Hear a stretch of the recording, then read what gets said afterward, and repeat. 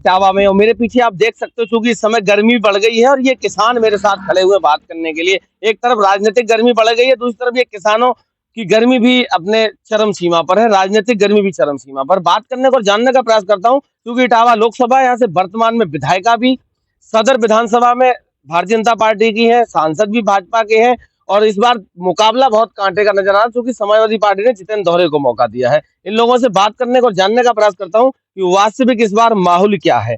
क्या नाम है? मेरा वीपी सिंह। जी, वीपी सिंह जी, इटावा लोकसभा में इस बार किस तरीके का माहौल देखते हैं? इटावा लोकसभा में 2 बार से कठेरिया जी को मौका दिया है, लेकिन जिस तरीके से उनको मौका दिया है जनता ने, उस स्तर पे वो खरे नहीं उतरे हैं।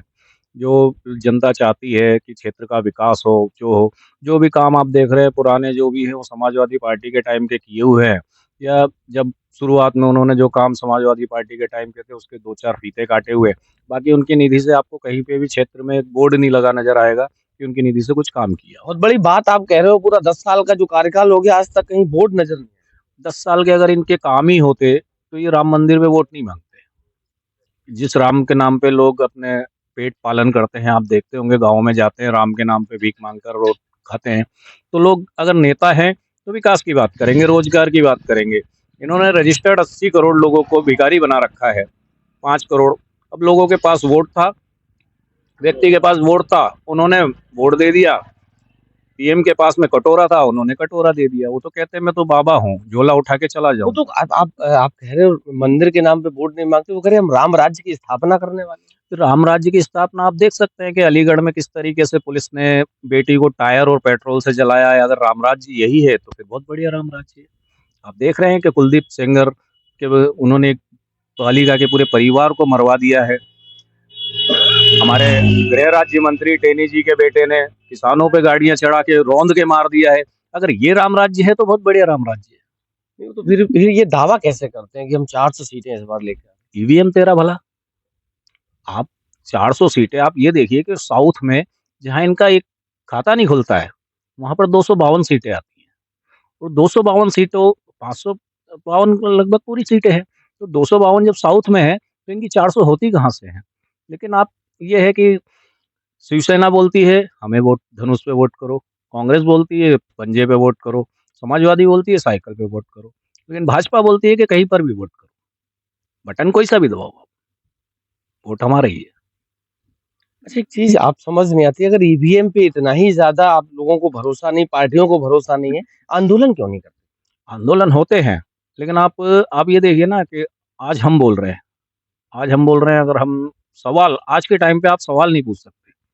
आप स्वतंत्र पत्रकार हैं, आप यूट्यूब है, आप अभी एक बड़ा चैनल लेकर के बैठिए। आप बड़ा चैनल लेकर के बैठेंगे और आपने अगर उनसे ये सवाल पूछ लिया कि सर आप रोजगार क्यों नहीं दे सकते? आप ये लोगों को 80 करोड़ लोगों को दे रहे हैं, एहसान नहीं है। आप जो इन्होंने कोरोना काल में ये बनाया है प्रधानमंत्री का जो इन्होंने फंड बनाया, उसको आपने ऑडिट से दूर रखा है, आरटीआई से दूर रखा है। राइट टू इन्फॉर्मेशन में आप उसकी जानकारी नहीं ले सकते, किसने कितना चंदा दिया। उसके बाद आप इलेक्ट्रोल बॉन्ड को ले लीजिए।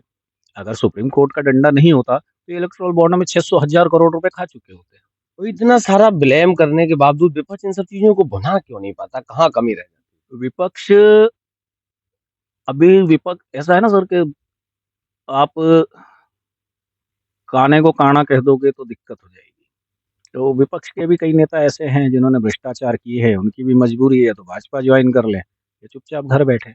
अगर बोलेंगे तो ईडी घर पहुंचेगी, सीबीआई घर पहुंचेगी, तो जेल में जाना पड़ेगा। जब बिना कुछ किए अरविंद केजरीवाल मुख्यमंत्री, सिटिंग मुख्यमंत्री, हेमंत सोरेन सिटिंग मुख्यमंत्री जेल में पड़े हुए हैं, तो ये तो और कोई है ही नहीं अभी तो है? तो क्या लग रहा है इस बार इटावा के मुकाबले को किस तरीके से? नहीं, इटावा का मुकाबला रहेगा। मगर आजकल का युवा जो है उसे रोजगार नहीं चाहिए। आजकल के युवा को रोजगार नहीं चाहिए, अपने घर में रोटी नहीं चाहिए, उसे सिर्फ और सिर्फ एक काम चाहिए, जय श्री राम। आज लागों में भाजपा ने वो माहौल बना दिया है कि आप हिंदू खतरे में है, हिंदू खतरे में।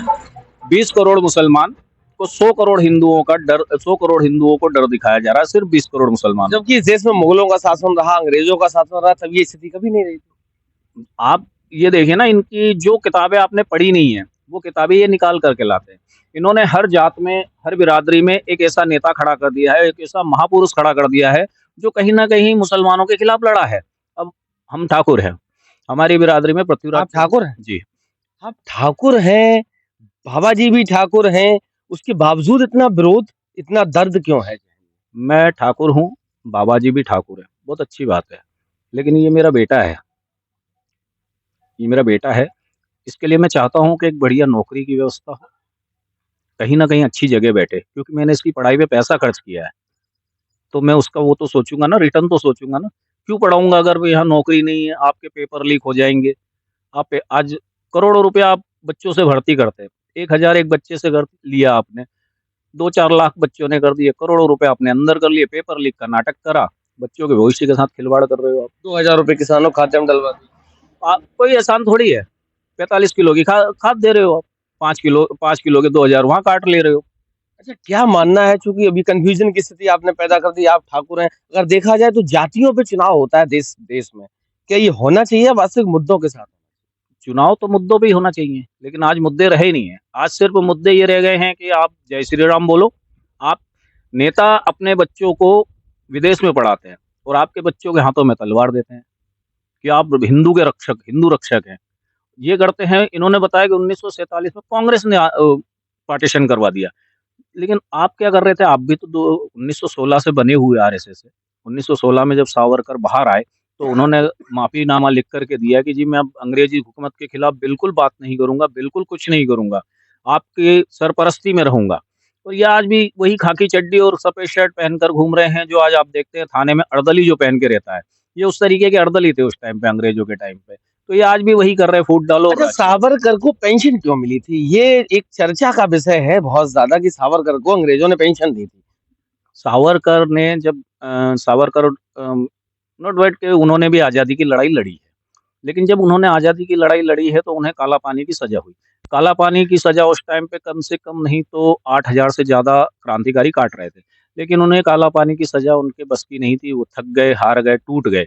उन्होंने माफ़ीनामा लिखा कि मैं अंग्रेज़ी हुकूमत के खिलाफ आज के बाद कभी कुछ नहीं करूँगा। फिर इन्होंने उनकी जो भी उनके हक में काम करना शुरू किया। आप देखते हैं पहले जैसे बहुत सारे लोगों को राय का वो दिया जाता था, राय साहब हुआ करते थे, उनकी उपाधि दी जाती थी। तो इसी टाइप की एक इनको सावरकर को भी उपाधि मिली और उसे 40 रुपए की इनको पेंशन मिलना शुरू हो गई। 1916 में जब ये बाहर छूट करके आए तो इन्होंने अहमदाबाद, गुजरात के में एक टू नेशन थ्योरी, आज भी इनकी बुक है, टू नेशन थ्योरी मतलब 2 विभाजन, और वो भी धर्म के आधार पर। बंगाल में जब विभाजन हुआ तो बंगाल में जिन्ना और जनसंघ की सरकार थी, जहाँ से नींव रखी गई बँटवारे की। वहाँ से जनसंघ इन्होंने शुरुआत करी कि हाँ, यहाँ से हम बँटवारा चाहते हैं। आपने भी विरोध नहीं किया बँटवारे का। अब जब देश आज़ाद हुआ, आप आज तिरंगे का स्वाभिमान कहते हो, आप तिरंगा घर-घर लहराएगा। लेकिन आपने अंग्रेज जब जिस देश से जा रहे थे, आपने तिरंगे को जलाया था। 52 साल तक आरएसएस के मुख्यालय पर तिरंगा झंडा भी नहीं फहराया गया। हाई कोर्ट का आदेश नहीं होता तो ये आज भी नहीं फहराते। अगर हाई कोर्ट आदेश नहीं देता, जब 2 लड़के चढ़े ऊपर, तो इन्होंने पुलिस ने गिरफ्तार किया तो हाई कोर्ट ने आदेश दिया कि आप तिरंगा कैसे नहीं फहराएँगे? इस देश में रह रहे हैं, आपको तिरंगा फहराना पड़ेगा। तब इन्होंने वहाँ से तिरंगा फहराया। लेकिन आज भी आप देखते हैं कि आरएसएस की किसी भी शाखा में तिरंगा नहीं होता है।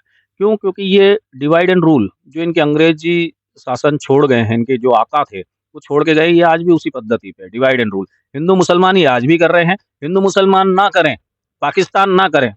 आज इनसे पूछो ना कि आप जिस पुलवामा कंपनी का वो आया था, पुलवामा के अटैक में जिस पाकिस्तानी कंपनी का नाम आया था, आपने उसको क्या सोच करके चंदा लिया उस कंपनी से?